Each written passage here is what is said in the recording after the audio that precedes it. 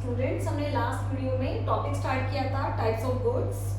उसमें हमारा दो था, मटेरियल एंड नॉन मटेरियल। उस वीडियो में मैंने मटेरियल का जो फर्स्ट टाइप था इंटरमीडिएट एंड फाइनल गुड्स, उसको हमने एक्सप्लेन किया था। अब मटेरियल में हमारे पास दो क्लासिफिकेशन और हैं, consumer and producer goods, and second classification है हमारे पास goods for self consumption and goods for exchange. ये आपको यहाँ ब्लैक बोर्ड पर दिख रहा है। सेकेंड क्लासिफिकेशन है consumer and producer, and third classification है goods for self consumption and goods for exchange. आज वाली वीडियो में हम इन्हीं टॉपिक्स को कंप्लीट करेंगे, इनकी डेफिनेशन, इनके टाइप्स। ये आपके पास बार बार मैंने फर्स्ट वीडियो में भी बताया था, ये आपके बेसिक कंसेप्ट्स हैं जो आपको बहुत अच्छे से क्लियर होना चाहिए। अब इनको वन बाय वन लेंगे हम। सबसे पहले हम ले रहे हैं consumer goods and producer goods. इसमें हम सबसे पहले कंज्यूमर गुड्स के बारे में पढ़ेंगे, क्या हैं, इनके टाइप्स क्या होते हैं, और प्रोड्यूसर गुड्स, इनके टाइप्स क्या होते हैं। तो हम स्टार्ट कर रहे हैं topic consumer and producer goods. सबसे पहले इसमें हम ले रहे हैं कंज्यूमर गुड्स। कंज्यूमर गुड्स नाम से क्लियर है, consumer goods are those goods which are used by the consumer. That is, हम सब कंज्यूमर हैं। हम कंज्यूमर होने के नाते जो भी हम चीज यूज कर रहे हैं वो सारी कंज्यूमर गुड्स हैं। कोई भी चीज, कोई भी गुड्स, कोई भी नेसेसिटी जो हम यूज कर रहे हैं वो सारी हमारी कंज्यूमर गुड्स हैं। अब हम बहुत सारी गुड्स का इस्तेमाल कर रहे हैं, तो कंज्यूमर गुड्स को क्लासिफाई हमने किया हुआ है, ये आप बोर्ड पर चार्ट में भी देख सकते हैं। कंज्यूमर गुड्स का जो क्लासिफिकेशन है वो हमारा 4 टाइप से है। फर्स्ट है ड्यूरेबल कंज्यूमर गुड्स। ये सब चीजें कोई नई चीज नहीं है, जो आप सब चीजें प्रयोग करते हो, यूज करते हो, वही सारी चीजें, वही सारी गुड्स यहाँ आपके पास आएंगी। First, durable consumer goods. Durable consumer goods जो बहुत लॉन्ग टाइम कंज्यूमर के काम आती है। इनका लाइफ स्पेन काफी इयर्स का होता है। जैसे जो हम चीजें यूज कर रहे हैं, fridge, TV, washing machine, car, ये सब चीजें ड्यूरेबल कंज्यूमर गुड्स हैं। इनके फीचर्स में इनका लाइफ स्पेन बहुत ज्यादा होता है, और इनकी जो प्राइस है वो भी रिलेटिवली दूसरी चीजों से थोड़ी हाई होती है। तो इसके एग्जांपल में आपके पास TV, fridge, washing machine, car, ये सब है ड्यूरेबल कंज्यूमर गुड्स। सेकेंड हम ले रहे हैं कंज्यूमर गुड्स में semi durable goods. Semi durable goods जो बहुत लंबे समय नहीं चलती हैं, इनका लाइफ स्पेन बहुत ज्यादा नहीं होता है। इनका life span near about 1 year या स्लाइटली मोर देन 1 ईयर, 1 साल, ऐसे थोड़ी सी ज्यादा समय के लिए चीजें चलती हैं हमारे पास, जिनको हम बोलते हैं सेमी ड्यूरेबल। इसमें आपके पास क्लोथ्स, शूज, आपके पास इलेक्ट्रॉनिक सामान, ये सब आता है सेमी ड्यूरेबल। इलेक्ट्रॉनिक में भी जो आपके ड्यूरेबल भी है, और इलेक्ट्रॉनिक में आपके नॉन ड्यूरेबल भी है। तो ये सेमी ड्यूरेबल में आपके पास क्लोथ्स हैं, शूज हैं। यहाँ कई बार किसी को लगता है कि कपड़े तो 15-15 साल तक चल सकते हैं। नहीं, हम उसका ये नहीं कर रहे कि हम स्टोर कितने टाइम के लिए कर रहे हैं। अगर आप क्लोथ्स को पहन रहे हो रेगुलर, तो मैक्सिमम उनकी जो लाइफ है वो 1 ईयर ही रहती है, 1 ईयर तक वो खराब हो जाते हैं। तो ये है हमारे पास सेमी ड्यूरेबल। थर्ड है कंज्यूमर गुड्स में सिंगल यूज।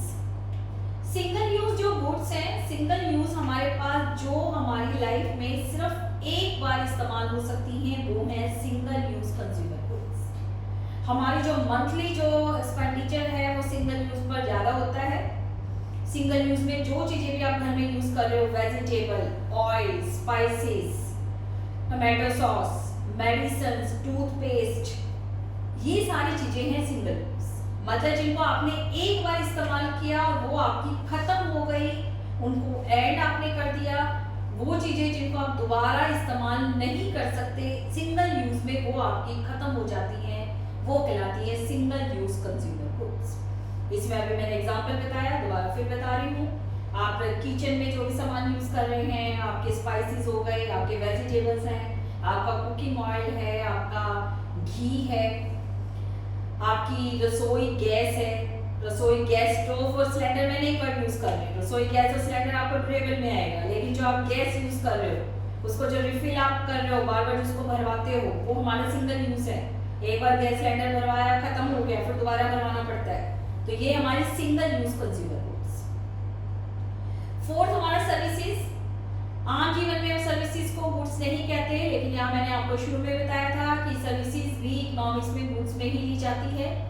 कंज्यूमर जो भी सर्विसेज यूज करता है वो हमारी कंज्यूमर गुड्स होती है, जैसे डॉक्टर की सर्विस, टीचर की सर्विस, बार्बर की सर्विस, ब्यूटिशियन की सर्विस, ये सारी सर्विसेज जो कंज्यूमर यूज करता है इनको भी हम कंज्यूमर गुड्स कहते हैं। तो दोबारा कंज्यूमर गुड्स को एक बार फिर दोबारा समझना, कंज्यूमर गुड्स वो गुड्स जिनको यूज कंज्यूमर करता है, और कंज्यूमर कौन है? हम सब कंज्यूमर हैं। कंज्यूमर और प्रोड्यूसर की डेफिनेशन हमने 11th में की थी फर्स्ट चैप्टर में, या एक बार फिर क्लियर करवा रही हूँ। Consumer is that economic agent who consume goods and services for the satisfaction of his wants. Consumer वो इकोनॉमिक एजेंट है जो गुड्स एंड सर्विसेज का यूज करता है सेटिस्फेक्शन के लिए। तो कंज्यूमर गुड्स में जो चीजें हम सब कंज्यूमर के रोल में हैं, तो कंज्यूमर के रोल में जब हम हैं तो हम जो चीजें इस्तेमाल कर रहे हैं, जो गुड्स हम इस्तेमाल कर रहे हैं, उसको हमने 4 पार्ट्स में डिवाइड कर दिया। ये 4 पार्ट्स है durable, semi durable, single use and services. Durable जो लॉन्ग टाइम के लिए चल रही है, सेमी ड्यूरेबल बहुत लंबे समय के लिए नहीं चलती, लेकिन ऐसा भी नहीं है कि सिंगल यूज में वो खत्म हो जाए, थोड़ा टाइम चलती है वो, लेकिन ड्यूरेबल से उनका लाइफ स्पैन बहुत कम होता है। Third single use. Single use वो जिनको बहुत थोड़ी सा एक बार सिंगल यूज मतलब एक सिंगल यूज में वो खत्म हो जाती है। सिंगल यूज को हम नॉन ड्यूरेबल भी कहते हैं, मतलब वो बिल्कुल भी नहीं चलती, सिंगल यूज में खत्म हो गई। एंड फोर्थ है सर्विसेज। ये हुआ कंज्यूमर गुड्स का। कंज्यूमर गुड्स के बाद अब हमारा है प्रोड्यूसर गुड्स। हम इसे टॉपिक को ले रहे हैं कंज्यूमर एंड प्रोड्यूसर। कंज्यूमर का आपने देखिए ये जो मैं साथ साथ बोर्ड पे दिखा रही हूँ, कंज्यूमर में हमने इन 4 की डेफिनेशन की। ये 4 की डेफिनेशन आपकी 1 मार्क के लिए आ सकती है, और फिर मैंने कहा था ये टॉपिक आपको आगे भी चाहिएगा, आपको क्लियर होना चाहिए कंज्यूमर गुड्स क्या है। उसके बाद हम करेंगे प्रोड्यूसर गुड्स। प्रोड्यूसर गुड्स में भी देखिए इसके नीचे 2 टाइप्स हैं, ड्यूरेबल एंड सिंगल यूज। तो अब हम इनको डिस्कस करेंगे। इनको डिस्कस करने का मतलब हम ले रहे हैं प्रोड्यूसर, इसकी डेफिनेशन, और इसकी डेफिनेशन में 2 durable and single use. First हम इनकी डेफिनेशन कर रहे हैं producer goods. Producer goods are those goods which are used by the producer. Simple, consumer जिनको यूज कर रहा है वो कंज्यूमर, और प्रोड्यूसर जिनको यूज कर रहा है वो है प्रोड्यूसर। प्रोड्यूसर कौन है? प्रोड्यूसर फिर डेफिनेशन बता रही हूँ। Producer is that economic agent who produce goods and services to earn profit। Consumer और प्रोड्यूसर दोनों डिफरेंट इकोनॉमिक एजेंट हैं। कंज्यूमर करता है कंजम्पशन और प्रोड्यूसर करता है प्रोडक्शन। कंज्यूमर का मोटिव होता है मैक्सिमम सेटिस्फेक्शन, और जो प्रोड्यूसर है उसका मोटिव होता है मैक्सिमम प्रॉफिट। तो ये हमने जो कंज्यूमर इक्विलिब्रियम, प्रोड्यूसर इक्विलिब्रियम मिलान पे पूरा किया था, डेफिनेशन वहां की थी। अब यहाँ हमसे आगे चल रहे हैं कि जो प्रोड्यूसर है, हमें ये पता है प्रोड्यूसर कौन है। प्रोड्यूसर वो इकोनॉमिक एजेंट जो प्रॉफिट अर्न करने के लिए प्रोडक्शन करता है। अब प्रोड्यूसर प्रोडक्शन करने के लिए बहुत सारी गुड्स का इस्तेमाल करता है। तो जो प्रोड्यूसर गुड्स का इस्तेमाल कर रहा है उसको हमने 2 पार्ट्स में डिवाइड कर दिया। फर्स्ट है ड्यूरेबल एंड सेकंड है सिंगल यूज। दोनों की डेफिनेशन करेंगे। अब ये ड्यूरेबल वर्ड कंज्यूमर में भी आया है और ड्यूरेबल प्रोड्यूसर में भी आया है। ऐसे सिंगल यूज कंज्यूमर में भी आया है और सिंगल यूज प्रोड्यूसर में भी आया है। आपको एग्जाम में अगर पूछा जाएगा तो क्लियर पूछा जाएगा, state durable consumer goods, state durable producer goods, state single use consumer goods, state single use producer goods. तो ये जब एग्जाम में आपसे क्वेश्चन पूछा जाएगा तो आपसे क्लियर पूछा जाएगा कि वो कौन सी ड्यूरेबल गुड्स की डेफिनेशन आपसे मांग रहे हैं। तो हम कंज्यूमर की तो डिस्कस कर चुके हैं, अब हम कर रहे हैं प्रोड्यूसर। प्रोड्यूसर की है हमारे पास durable producer goods. Durable producer goods are those goods which are used by the producer for the long time in the production process. दोबारा देखिए, producer goods are those goods which are used by the producer for the long time in the production process। ये चीजें वो चीजें हैं जिनको producer production process में बार बार use करता है। एक बार यूज करने से खत्म नहीं हो जाता, ये इनको बार बार यूज करेगा, बार बार। जैसे मशीन है, प्रोडक्शन करने के लिए मशीनों की जरूरत पड़ती है, लेकिन जब मशीन यूज करता है तो मशीन ऐसा नहीं है सिर्फ एक बार यूज की जाती है। प्रोडक्शन प्रोसेस में मशीनों का बार बार यूज होता है। आपके पास इक्विपमेंट, कोई भी उपकरण है जो प्रोडक्शन करने में काम आ रहे हैं, वो सारे जो हैं वो ड्यूरेबल प्रोड्यूसर गुड्स हैं। इसमें मैंने ड्यूरेबल के नीचे ब्रैकेट में आप देखेंगे, इसके नीचे मैंने कैपिटल गुड्स भी डाल रखा। तो जो ड्यूरेबल प्रोड्यूसर गुड्स हैं उनको हम कैपिटल गुड्स भी कहते हैं। इसमें हमारा मेन आ जाएगा मशीन्स। तो ड्यूरेबल और capital producer goods are those goods which are used by the producer for the long time, that is all types of machine. Producer का दूसरा क्लासिफिकेशन है वो है सिंगल यूज। प्रोडक्शन में सिर्फ आपको मशीनों की जरूरत नहीं होती, सिर्फ मशीनों से प्रोडक्शन नहीं हो जाता, आपका सिर्फ इंफ्रास्ट्रक्चर से प्रोडक्शन नहीं हो जाता, आपको उसके साथ क्या चाहिए, रॉ मटेरियल भी चाहिए, इलेक्ट्रिसिटी भी चाहिए, फ्यूल भी चाहिए। तो अगर आप रॉ मटेरियल यूज कर रहे हो तो रॉ मटेरियल अगर आपने एक बार यूज किया, प्रोडक्शन किया, तो वो रॉ मटेरियल आपका खत्म हो गया, आपको दोबारा फिर रॉ मटेरियल मंगाना पड़ता है, फिर दोबारा प्रोडक्शन किया, फिर रॉ मटेरियल खत्म हो गया। रॉ मटेरियल को आप सिर्फ एक बार यूज कर सकते हो। ऐसे जो फ्यूल है, डीजल, पेट्रोल, कॉइल, कोयला, ये सब चीजें जो है सिंगल यूज है, एक बार आप इनका यूज करते हैं, प्रोड्यूसर इनका एक बार यूज करता है तो सिंगल प्रोसेस में खत्म हो जाती है। तो ये जो सिंगल यूज प्रोड्यूसर गुड्स हैं, ये हमारी single use producer goods are used only for one time and durable producer goods are used for many times. है दोनों प्रोड्यूसर गुड्स क्योंकि दोनों प्रोडक्शन में काम आते हैं, लेकिन प्रोडक्शन में काम आने के लिए इनका लाइफ स्पेन अलग अलग है, लाइफ टाइम अलग अलग है। ड्यूरेबल जो बहुत बार काम में आती है और सिंगल यूज वो सिर्फ एक बार यूज होती है, जैसे आपके पास ड्यूरेबल में मशीन। अब इससे रिलेटेड कुछ क्वेश्चंस करेंगे जो यस नो में और क्वेश्चंस में आपसे पूछे जाते हैं। क्वेश्चन आपसे पूछा जाता है if all machines are producer goods. अभी मैंने कहा ड्यूरेबल गुड्स में मशीन है, लेकिन ऐसे आपसे क्वेश्चन पूछ लिया जाता है if all machines are durable goods, answer आएगा नो। आप कहोगे कैसे? हमने कहा मशीनें जो प्रोड्यूसर के काम आती है वही प्रोड्यूसर गुड्स है। अब वो फॉर एग्जांपल मैं अपने घर में एक वॉशिंग मशीन का यूज करूं, मैं मतलब कंज्यूमर। अब ये जो वॉशिंग मशीन मेरे घर में है तो मशीन, लेकिन आप इसको ड्यूरेबल प्रोड्यूसर गुड्स नहीं कह सकते, इसको हम बोलेंगे ड्यूरेबल कंज्यूमर गुड्स। तो इसका मतलब क्या हो गया? All machines are not producer goods, only those machines are producer goods which are used by the producer. जितनी भी मशीनें हैं अगर उनका यूज प्रोड्यूसर कर रहा है तभी वो मशीनें हमारी प्रोड्यूसर गुड्स कहलाएंगी। लेकिन अगर उन मशीनों का यूज कंज्यूमर कर रहा है तो उसको आप कंज्यूमर ड्यूरेबल गुड्स कहेंगे, इनको हम प्रोड्यूसर गुड्स नहीं कह सकते। इसको और एग्जांपल से समझो, सुइंग मशीन, सिलाई मशीन। अगर एक टेलर सिलाई मशीन का यूज कर रहा है वो है प्रोड्यूसर, लेकिन इसी मशीन का यूज मैं अपने घर में अपने कपड़े सिलने के लिए कर रही हूं तो ये हमारी प्रोड्यूसर गुड्स नहीं होंगी, ये हमारी होंगी consumer durable goods. Second example और ले सकते हो, फ्रीज। फ्रीज भी एक मशीन है।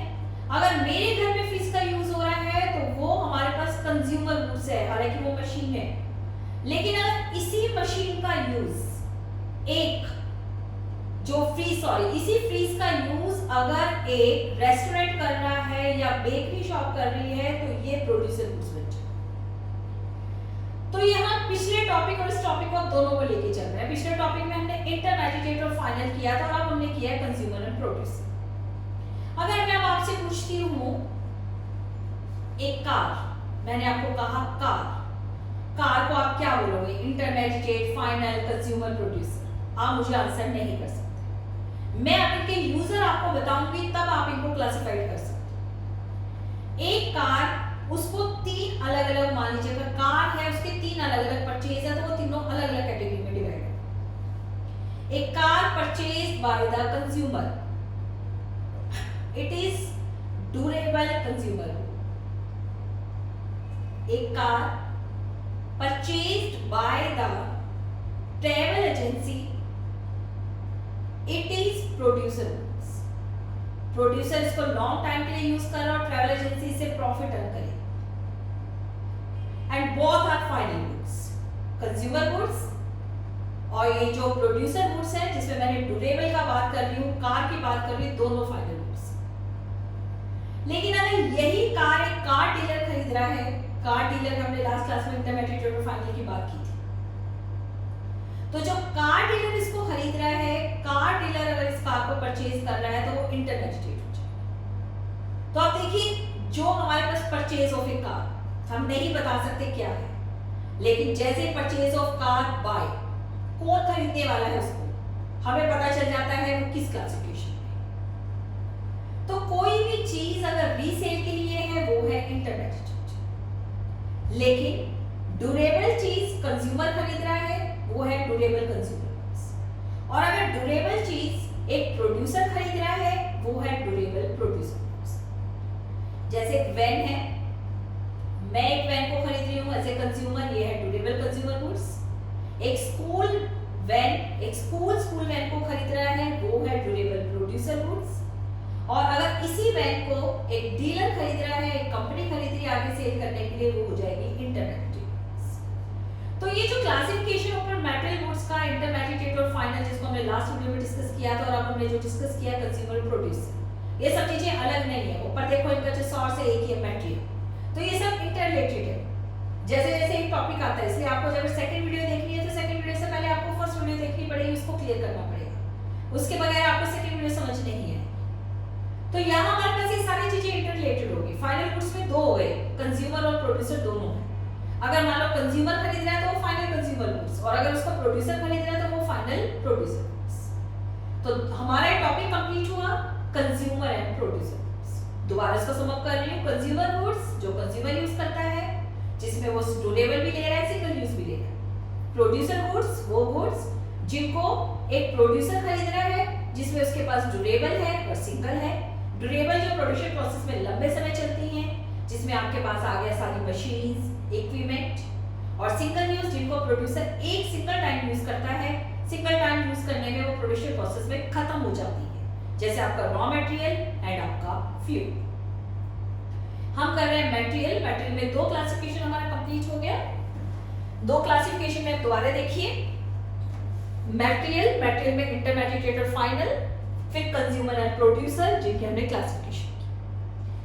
अब मटेरियल में हमारा थर्ड टाइप है goods for self consumption and goods for exchange. मैं बार बार इस चीज को रिपीट कर रही हूँ. ये कंसेप्ट इस नेशनल इनकम को समझने के लिए आपके दिमाग में बिल्कुल क्लियर होनी चाहिए, क्योंकि ये टर्म्स में जैसे जैसे आगे चैप्टर बढ़ाऊंगी, टर्म्स में इसको एग्जैक्ट यूज करूंगी, तो आपके दिमाग में एकदम क्लियर रीजन होना चाहिए कि हाँ हम इन चीजों की बात कर रहे हैं कि ये फीचर्स है. क्योंकि अगर आप फीचर्स को लेके किसी डाउट में रहेंगे तो फीचर्स को लेके डाउट में रहने के कारण फिर आगे आपका टॉपिक समझने में आपको मुश्किल होगा. तो इसलिए इन फीचर्स को आप बहुत ध्यान से समझते चलिए. हम थर्ड क्लासिफिकेशन ले रहे हैं मटेरियल में. मेटल में थर्ड क्लासिफिकेशन है goods for self consumption and goods for exchange. इनके कोई आगे फर्दर क्लासिफिकेशन नहीं है, इनकी सिर्फ हमें करनी है डेफिनेशंस. बहुत नाम से क्लियर है, goods for self consumption and goods for exchange. Goods for self consumption. अब कई बार हम प्रोडक्शन करते हैं, लेकिन जो प्रोडक्शन कर रहे हैं वो प्रोडक्शन हम मार्केट में सेल करने के लिए नहीं कर रहे. वो है गुड्स फॉर सेल्फ कंजम्पशन. जैसे आपकी मम्मी आपके लिए घर में पाव भाजी बना रही, ये है गुड्स फॉर सेल्फ कंजम्पशन. आपने एक छोटा सा किचन गार्डन बनाया हुआ है, उस किचन गार्डन में आप एक जो टमाटो है उसका पौधा उगा रहे हो, उसके ऊपर थोड़े से टमाटर उग गए, वो टमाटर आप अपने घर में यूज कर रहे हैं, ये है गुड्स फॉर सेल्फ कंजम्पशन. आपकी मम्मा आपके लिए स्वेटर बना रही है, आप उसको स्वेटर को खुद पहन रहे हो, ये है goods for self consumption. And goods for exchange, इसी चीज को ले रहे हैं हम. गुड्स फॉर एक्सचेंज, मार्केट में पाव भाजी की एक दुकान है, वहां जो पर्सन है वो पाव भाजी बना रहा है, वो पाव भाजी जो बना रहा है वो सेल्फ कंजम्पशन के लिए नहीं बना रहा, वो पाव भाजी किसके लिए बना रहा है, वो मार्केट में सेल करने के लिए, एक्सचेंज करने के लिए। एक्सचेंज कैसे, वो लोगों को पाव भाजी देगा, लोग उसको बदले में पैसे देंगे। ऐसे अगर आप मान लीजिएगा मार्केट में कोई पर्सन है जो स्वेटर बना रहा है, वो स्वेटर किस लिए बना रहा है, आप उससे स्वेटर खरीदोगे, स्वेटर खरीदकर आप उसको पैसे देंगे, ये है गुड्स फॉर एक्सचेंज। तो एग्जांपल से आपको कुछ समझ आ गया होगा। अब एग्जैक्ट डेफिनेशन में जाएंगे। Goods for self consumption are those goods which are produced for self consumption, not for market. वो चीजें जो आप अपने खुद की कंजम्पशन के लिए, जिनको आप बनाते हो, खुद आप उनका यूज कर लेते हो, वो है गुड्स फॉर सेल्फ कंजम्पशन। इनमें कोई वैल्यू एडिड नहीं है, इनमें कोई मार्केट में सेल करने का फीचर नहीं है। आपकी मम्मा आपके लिए जो कुछ भी बना रही है, घर में जो भी खाना आपके लिए बन रहा है, वो मार्केट में सेल करने के लिए नहीं। और ऐसा नहीं कि वो टेस्टी नहीं होता, मार्केट में टेस्टी होता है। कई बार आप अपनी मम्मा को बोलते हो कि ये चीज तो आप बाहर मार्केट में बनाकर बेचोगे तो बहुत पैसा मिलेगा, लेकिन आपकी मम्मा बाहर मार्केट में सेल करने के लिए नहीं बना रही है, वो आपके लिए बना रही है। या हो सकता है आपकी मम्मा की कोई चीज ऐसी है, कोई फूड आइटम ऐसा है जिसको सब लोग बहुत पसंद करते हैं, तो आपकी मम्मा वो फूड आइटम बनाकर अपने रिश्तेदारों को भी भेज रही है, लेकिन उसके बदले में पैसे नहीं ले रहे। वो सारी क्या है, गुड्स फॉर सेल्फ कंजम्पशन। लेकिन गुड्स फॉर एक्सचेंज जो मार्केट में सेल करने के लिए प्रोड्यूस की जाती है, एक फार्मर जो वेजिटेबल ग्रो कर रहा है, वो गुड्स फॉर एक्सचेंज। लेकिन अगर आप अपने किचन गार्डन में जो वेजिटेबल ग्रो कर रहे हो, वो हमारे पास गुड्स फॉर सेल्फ कंजम्पशन। एक जो पेंटर है, मार्केट में सेल करने के लिए पेंटिंग बना रहा है, वो है गुड्स फॉर एक्सचेंज। लेकिन अगर एक पेंटर अपने बच्चे को पेंटिंग बनाकर दे रहा है, वो है गुड्स फॉर सेल्फ कंजम्पशन। तो दोनों का जो बेसिक डिफरेंस है, दोनों का बेसिक डिफरेंस है, goods for self consumption are not for sale, these are used only for self use, but goods for exchange are those goods which are produced only for market and these are sold at market price। तो ये definition आपको समझ आ गई होगी। तो जो topic हमारा चला हुआ है, टॉपिक ऊपर देखिए, टॉपिक है ये है हमारा चैप्टर 1 मैक्रो का नेशनल इनकम। उसमें हमने फर्स्ट टॉपिक शुरू किया था। फर्स्ट टॉपिक हमने जो शुरू किया था, फर्स्ट टॉपिक हमारा था गुड्स। गुड्स में हमारे पास दो क्लासिफिकेशन है, material and non material. Material में फर्दर काफी सारे क्लासिफिकेशन हैं जिनको हमने वन वन करके डिस्कस किया है और ये पूरा बोर्ड पे चार्ट भी है। अब ये पोर्शन कंप्लीट होने के बाद हम इसके सेकंड पोर्शन पर जाएंगे। आप पजल नहीं होना है, इसलिए मैंने बिल्कुल क्लियर चार्ट बनाया हुआ है कि कहाँ किसका क्लासिफिकेशन निकल। और ये इतना क्लासिफिकेशन आपसे पूछा भी नहीं जाता, आपको पर्टिकुलर जो है हर एक चीज की डेफिनेशन और उसके टाइप आपको समझ आनी चाहिए। ये इस तरह का चार्ट आपसे कभी बनाने के लिए बोला भी नहीं जाएगा। बस आपको क्या है, जैसे आपने फर्स्ट है इंटरमीडिएट और फाइनल, वो क्लियर होना चाहिए, दोनों का डिफरेंस क्लियर होना चाहिए। दूसरा हमने किया कंज्यूमर और प्रोड्यूसर, इनका डिफरेंस, इनके टाइप्स और इनका मीनिंग क्लियर होना चाहिए। थर्ड हमने किया गुड्स फॉर सेल्फ कंजम्पशन और गुड्स फॉर एक्सचेंज, इनका आपको डेफिनेशन क्लियर होनी चाहिए। अब इधर इसके पी पार्ट पे आ जाइए, वो है non material goods. Non material goods को अगर हम देखें तो जो नॉन मटेरियल गुड्स है, इनको हम अपनी आम भाषा में बोलते हैं services. Non material goods services, because these are not made of any material. ये किसी मटेरियल की नहीं बनी होती। जो गुड्स है, मटेरियल गुड्स है, वो किसी ना किसी मटेरियल की बनी होती है। आप उनको देख सकते हो, आप उनको छू सकते हो, आप उनको कैरी कर सकते हो। लेकिन जो नॉन मटेरियल गुड्स हैं, मींस सर्विसेज। सर्विसेज किसी मटेरियल की नहीं बनी होती, आप उनको कैरी नहीं कर सकते एक जगह से दूसरी जगह, आप इनको टच नहीं कर सकते हो, आप इनको सिर्फ फील कर सकते हो। तो जो सर्विसेज हैं, services are called non material goods. इनको नॉन मटेरियल गुड्स इसलिए बोलते हैं because these are not made of any material. इसको भी हम दो हिस्सों में डिवाइड कर सकते हैं, एक है इकोनॉमिक सर्विसेज और एक non economic services. Economic services और नॉन इकोनॉमिक सर्विसेज कुछ इसी तरीके की है जो हमने मटेरियल में गुड्स फॉर सेल्फ कंजम्पशन और गुड्स फॉर एक्सचेंज जो हमने लिया था, उसी तरह से हमारे पास सर्विसेज भी है। इकोनॉमिक सर्विसेज, वर्ड आया इकोनॉमिक। जो आप मनी अर्न करने के लिए जो सर्विस प्रोवाइड कर रहे हो वो है economic services. Almost services are contain perform for money. एक डॉक्टर हॉस्पिटल में काम कर रहा है, सर्विस है, लेकिन उसके बदले में उसको पैसा मिल रहा है, ये है इकोनॉमिक सर्विस। एक टीचर स्कूल में बच्चों को पढ़ा रहा है, ट्यूशन सेंटर पर बच्चों को पढ़ा रहा है, उसके बदले में उसको पैसा मिल रहा है, ये है इकोनॉमिक सर्विस। एक पेंटर पेंटिंग बनाता है, पेंटिंग बनाकर उसको एग्जीबिशन में शो करता है, मनी अर्न करता है, ये है economic services. Non economic services, second इसमें नॉन इकोनॉमिक सर्विसेज। ये सर्विसेज कोई अलग तरीके की नहीं होती, बस ये सर्विसेज का मोटिव पैसा अर्न करना नहीं। सर्विस सेम तरह की होगी, लेकिन इन सर्विसेज का मोटिव पैसा अर्न करना नहीं। जैसे मान लीजिएगा मैं टीचिंग कर रही हूं, टीचिंग इकोनॉमिक सर्विस भी है और नॉन इकोनॉमिक सर्विस भी है। मैं किसी स्कूल में टीचिंग कर रही हूँ, वहां उसके बदले में मुझे पैसा मिलता है, ये है इकोनॉमिक सर्विस। लेकिन मैं घर में आकर अपने बेटे या अपने बेटी को सेम टॉपिक पढ़ा रही हूँ, टीचिंग तो वो भी है, लेकिन उसके पीछे मेरा मोटिव पैसा अर्न करना नहीं है, मुझे उसके बदले में कोई पैसा नहीं मिल रहा है, ये है नॉन इकोनॉमिक सर्विस।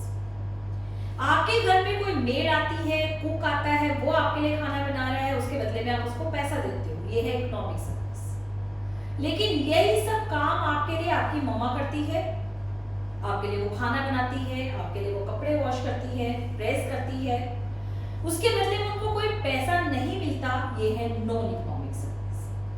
तो इकोनॉमिक सर्विस और नॉन इकोनॉमिक सर्विस, सर्विसेज ऐसे नहीं है कि ये इकोनॉमिक है, ये नॉन इकोनॉमिक है, हमें क्या देखना है, उसका मोटिव देखना। अगर सर्विसेज के पीछे का मोटिव है मनी अर्न करना, तो वो हमारी हो गई इकोनॉमिक सर्विसेज। लेकिन अगर हमारा मोटिव मनी अर्न करना नहीं है, हम कोई और मोटिव से ले रहे हैं, और मोटिव बहुत सारे हो सकते हैं, सोशल वेलफेयर, या फिर आपके पास सेल्फ सेटिस्फेक्शन, या एक माँ अपने बच्चों के लिए जो काम कर रही है वहां सेटिस्फेक्शन और उसके ज्यादा रिस्पॉन्सिबिलिटी, अपने बच्चे के लिए अफेक्शन, अपने बच्चे के अफेक्शन के कारण ही वो काम कर रहे हैं। ऐसे आप देखिए नर्स है, एक नर्स हॉस्पिटल में काम करती है, उसका काम है मरीज को इंजेक्शन लगाना, उसकी बिस्तर को ठीक करना, उसके बदले में वहां उसको पैसा मिलता है। तो नर्स अगर वो सर्विस हॉस्पिटल में प्रोवाइड कर रही है तो वो इकोनॉमिक सर्विस होगी। लेकिन मान लीजिए वो नर्स, उसके पेरेंट्स बहुत ओल्ड हैं, हॉस्पिटल से छुट्टी करने के बाद वो घर आती है, घर आने के बाद वो सेम काम, सेम सर्विस अपने पेरेंट्स के लिए कर रही है या ग्रांड पेरेंट्स के लिए कर रही है, सर्विस सेम है, लेकिन इसमें उसके पीछे उसका पैसा अर्न करना मोटिव नहीं है, वहां क्या है, सेल्फ सेटिस्फेक्शन, रिस्पॉन्सिबिलिटीज। तो ये क्या है, नॉन इकोनॉमिक सर्विसेज। तो non material goods, economic services और नॉन इकोनॉमिक सर्विसेज। अब जब हम इसको नेशनल इनकम से इंटर करेंगे तो इसमें आप देखिए इंटरमीडिएट गुड्स को हम नेशनल इनकम में इंक्लूड नहीं करते। इसके पीछे मैंने लास्ट वीडियो में बताया था, इंटरमीडिएट गुड्स की जो वैल्यू है वो फाइनल गुड्स में आ जाती है, इसलिए हम इसको नहीं लेते। कंज्यूमर और जो प्रोड्यूसर गुड्स है उनकी सबकी वैल्यू हम लेते हैं। अब यह गुड्स फॉर सेल्फ कंजम्पशन है, जब ये मार्केट में सेल करने के लिए ही नहीं आती है तो naturally goods for self consumption हम इनको मार्केट में लेते ही नहीं है, मार्केट वैल्यू हमें इनकी पता ही नहीं है, तो इसलिए हम इसको नेशनल इनकम में नहीं लेते। ऐसे बात सर्विस में आ जाओ, जितनी भी इकोनॉमिक सर्विसेज हैं उनकी वैल्यू को आप कैलकुलेट कर सकते हो, इसलिए नेशनल इनकम में इसको हम इंक्लूड करते हैं। लेकिन जो नॉन इकोनॉमिक सर्विसेज हैं, जो नॉन इकोनॉमिक सर्विसेज हैं, जैसे यहां देखिए इकोनॉमिक सर्विसेज को आप नेशनल इनकम में इंक्लूड करेंगे। क्यों इंक्लूड करेंगे? क्योंकि इनकी वैल्यू को आप कैलकुलेट कर सकते हो। मैंने स्कूल में टीचिंग की, वहां मुझे इतने पैसे मिले, वैल्यू कैलकुलेट हो गई, इसलिए नेशनल इनकम में इंक्लूड कर। लेकिन नॉन इकोनॉमिक सर्विसेज है, इनको हम नेशनल इनकम में कभी भी इंक्लूड नहीं करते, क्योंकि इनकी वैल्यू आप कैलकुलेट नहीं कर सकते। कैलकुलेट कैसे नहीं कर सकते? आपके घर में कुक आता है, आपने उस कुक को खाना बनाने के लिए मान लीजिएगा महीने में 15,000 रुपीज पे की, वैल्यू एस्टिमेट हो गई, आप नेशनल इनकम में कैलकुलेट कर सकते। लेकिन आपकी मम्मा जो आपके लिए घर में खाना बना रही है, आप उसकी वैल्यू एस्टिमेट कर ही नहीं सकते। कुक का एक टाइम है, आप देखिए कुक का एक टाइम है, वो एक पर्टिकुलर टाइम पे आ रहा है, लेकिन आपकी मम्मा का खाना बनाने का कोई टाइम नहीं है। सेम कुक करने का, कुकिंग का सेम काम है, लेकिन आपकी मम्मा की जो सर्विस है उनकी वैल्यू को आप पैसे में कैलकुलेट नहीं कर सकते। वो अनजस्टिस होगा, बहुत अनजस्टिस होगा, उनके साथ में अनजस्टिस होगा अगर हम इस तरह की वैल्यूज को कैलकुलेट करें।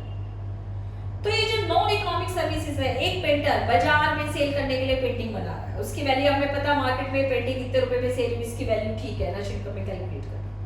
लेकिन वही पेंटर अपने बच्चे के बर्थडे पर एक बहुत सुंदर सी पेंटिंग, बहुत मेहनत करके अपने बच्चे के बर्थडे पर उसको अपनी हाथ की बनाई हुई पेंटिंग दे रहा है। अब वो मार्केट में सेल ही नहीं की, तो उसकी वैल्यू को आप कैसे कैलकुलेट करो? और जब वैल्यू कैलकुलेट नहीं हुई तो उसको नेशनल इनकम में कैसे कैलकुलेट करेंगे? तो याद रखना, ये जो गुड्स है इसमें से intermediate goods, goods for self consumption and non economic services, इनकी वैल्यू को हम कभी भी नेशनल इनकम में नहीं लिखते हैं। इनको मैं यहाँ सर्कल में कर रही हूँ, जिनकी वैल्यूज को हमें नेशनल इनकम में इंक्लूड नहीं करना है। इंटरमीडिएट, उसके बाद इसमें से भी कुछ होगा कुछ नहीं होगा, वो आगे हम देखेंगे। इसको हम इसलिए इसको ऐसे क्रॉस कर रही हूँ, इसकी वैल्यूज कुछ आगे हम इसको डिटेल में करेंगे तब समझ आएगा। लेकिन इंटरमीडिएट और जो नॉन इकोनॉमिक सर्विसेज हैं, ये दो चीजें ऐसी हैं, intermediate goods and non economic services, ये कभी भी किसी भी फॉर्म में नेशनल इनकम में इंक्लूड नहीं की जाती है। याद रखना, दो चीजें intermediate goods and non economic services, इसको मैं आगे नहीं लूंगी, ये ध्यान रखना। इसको मैंने यही क्लियर करवा दिया है, intermediate goods and non economic services, इनकी वैल्यू को नेशनल इनकम में इंक्लूड नहीं किया जाता। और ये क्वेश्चन आपके पास अलग से 3 मार्क्स का भी आ सकता है। इंटरमीडिएट गुड्स क्या हैं, इनकी वैल्यू को नेशनल इनकम में इंक्लूड क्यों नहीं करती, या नॉन इकोनॉमिक सर्विसेज की वैल्यू को नेशनल इनकम में इंक्लूड क्यों नहीं करती? रीजन, इंटरमीडिएट गुड्स की वैल्यू फाइनल गुड्स में इंक्लूड है, और जब फाइनल को ले लिया तो इंटरमीडिएट नहीं लेना। और नॉन इकोनॉमिक सर्विसेज, उनकी वैल्यू को हम एस्टिमेट ही नहीं कर सकते हैं, तो उनकी वैल्यू को हम कैसे नेशनल इनकम में लें? तो ये हमारा एक टॉपिक कंप्लीट हो गया, एक टॉपिक हमारा कंप्लीट हो गया। ये है हमारे पास बेसिक कंसेप्ट्स। बेसिक कंसेप्ट और नेशनल इनकम की पूरी यूनिट को समझने के लिए आपको बहुत अच्छे से समझ आना चाहिए। इस टॉपिक को अगर आप अच्छे से समझ लेंगे तो आपके लिए अगले कंसेप्ट्स क्लियर करने बहुत इजी हो जाएंगे। तो इसमें सारा बेसिक कंसेप्ट चल रहे हैं। बेसिक कंसेप्ट में सिर्फ एक हमने किया है, गुड्स। तो इसी तरह से अब अगली वीडियो में हम अगले कंसेप्ट्स को ऐसे 1 बाय 1 कर क्लियर करेंगे, और उसके बाद फिर आगे हमारा, मैंने बताया था, ये वाली यूनिट आपकी थ्योरी की भी है और प्रैक्टिकल भी है। पहले हमारी थ्योरी क्लियर हो जाए, पूरी क्लियर हो जाए, तो उसके बाद फिर हम आगे प्रैक्टिकल्स इसके शुरू करेंगे। तो नेक्स्ट वीडियो में हम इन्हीं बेसिक कंसेप्ट्स को आगे ले जाकर आगे इनको क्लियर करेंगे।